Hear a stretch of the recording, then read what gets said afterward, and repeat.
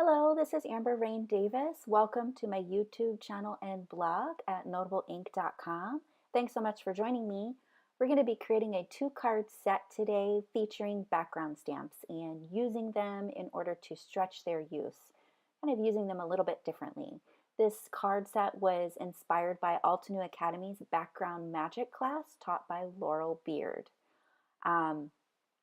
The supplies we're going to be using today are Floral Arrangement by Altenew, the Floral Arrangement die set, Signature Words die set, Mother's Love mini stamp set, also by Altenew. We're going to be using the shades of Purple and Tropical Forest mini ink cube sets. We're also going to be using the Pattern Play diamond stamp that you see here. So what I've done is go ahead and stamp the green cardstock with VersaFine black onyx ink, and I'm using clear embossing powder. We're going to go ahead and emboss this pattern on today to add some increased texture. When you're heat embossing, it's important to let your heat tool warm up for about 30 seconds before taking it to the paper. If you start to have the edges of your paper curl up, go ahead and heat the back of it, and you can see that that will flatten it out. Keep your heat tool moving so that you can minimize warping as much as possible and so that you don't overheat the powder in any one area. I've taken a small leaf from the Mother's Love stamp set and I've stamped a leaf in 2 corners of each one of the diamonds with a Versamark ink. This is a sticky ink used for embossing.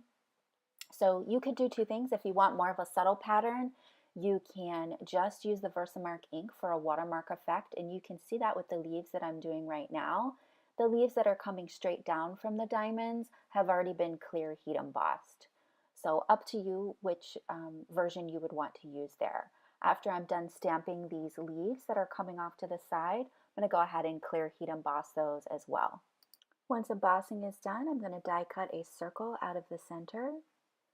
And once I have my 2 pieces, I'm going to go ahead and fill each one of the circles with Nuvo crystal drops. This is a pearl finish in the color Ivory Seashell.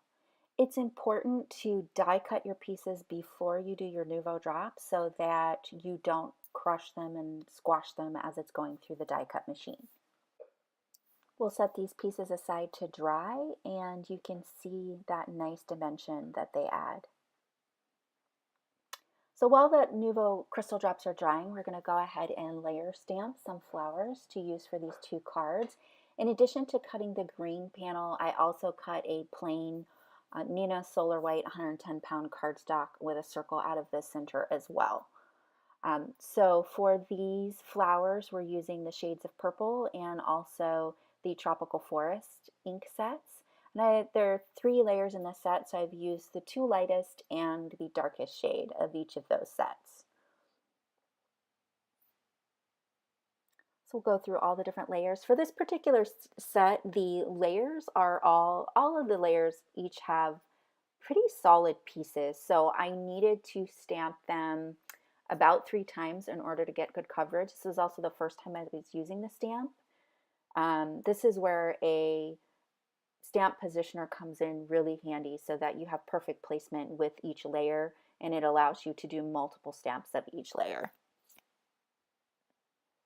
So I'm adding some yellow into the center, and then I did a layer of orange there. I didn't love the orange, so I tried brown, and I didn't quite like the brown. I think the issue there was that I didn't allow the yellow to dry before adding the brown, and I think instead of sitting on top of the yellow, what it did is it mixed instead of having a more defined shape to it when I stamped it. So just make sure that your layers of ink dry in between.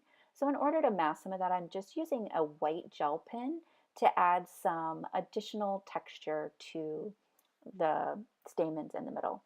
Is that right? Stamens? Pollen? I'm using the Altenew Signature Word dies here and cutting 110-pound black cardstock with the mini Blossom die cutting tool. I'm just using a, what do you call that? Is that a picker tool? Pokey tool? It's not very technical.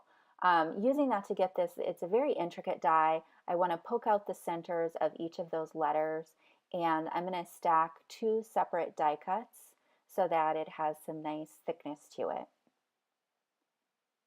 So just adding the adhesive onto the back. This is Ranger Multi-Matte Medium Glue. And then I'm just using some tweezers to hold that down while I add the glue. If you have stick-it adhesive or another type of double-sided adhesive like that, that would be amazing to use that before you die cut your pieces. Be a lot easier to put them together. I'm going to start assembling our card. So I've adhered the white card panel with the cutout to the front of the card, and I'm just placing the green circle in the middle to get it lined up properly. And then I'm going to start arranging the flowers. So I have a different amount of foam tape on each flower. The large flower on the corner that overhangs the green actually has 2 layers of foam tape on it.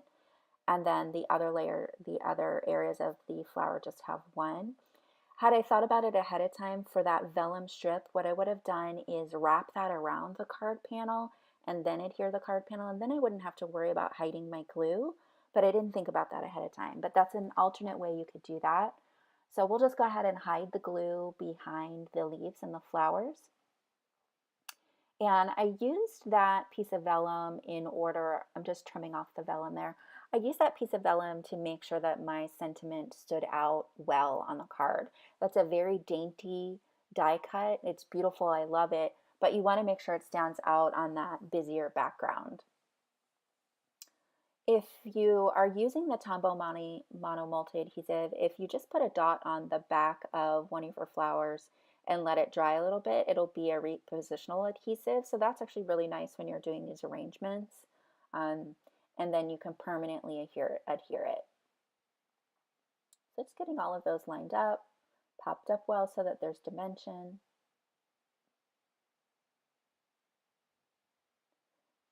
And then we'll go ahead and adhere our sentiment as well. So it's pretty dainty. Again, this is where that double-sided adhesive would come in really handy. So we're just going to use the multi-medium matte adhesive for this. I want that tail of the hello to overhang the white cardstock it just is a nice design element. It brings in the white cardstock into the rest of the design. So I'm going to get that down. You're going to see it pop right off as I'm trying to adhere it. And so we'll get that put down again. That's the nice thing about the multi-matte adhesive is it dries matte so that, you know, if I didn't line that up exactly right after it popped up, you're not going to see it on the vellum. So I just used a straight pin in order to get a tiny bit of glue underneath that tail and get the vellum adhered down on that side. I'm going to just trim off the bottom of the flower so that the card can stand up. And here I'm using a piece of cardstock to decide, do I want to cut off the rest of the flowers? I went ahead and left them. So I went ahead and arranged the flowers on the other white circle, and I've trimmed around the edge. You can decide to either trim around the edge or you could leave the flowers overhanging. Here I trimmed off these leaves and I'm just deciding, do I want to add these? I actually did like them at the top where you see them there, and then forgot to actually add them back before the card was done.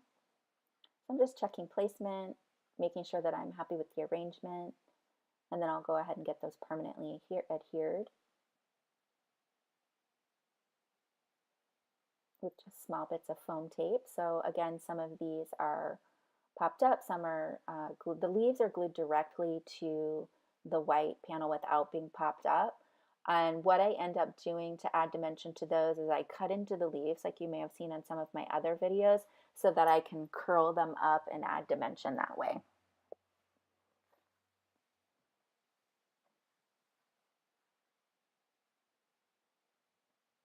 So you can see me start to curl up some edges of the flowers. We'll add a little more glue and then we'll get this added to the card base.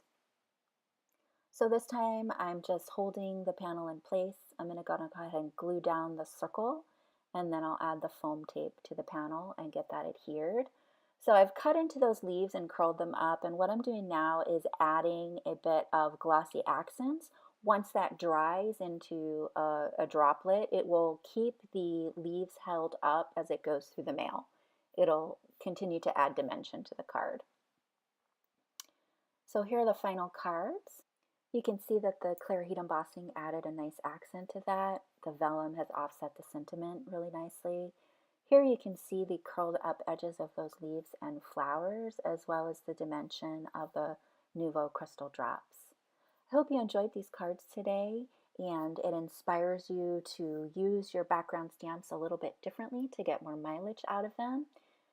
Please subscribe to my YouTube channel and blog at notableink.com. You can also follow me on Instagram at notableink.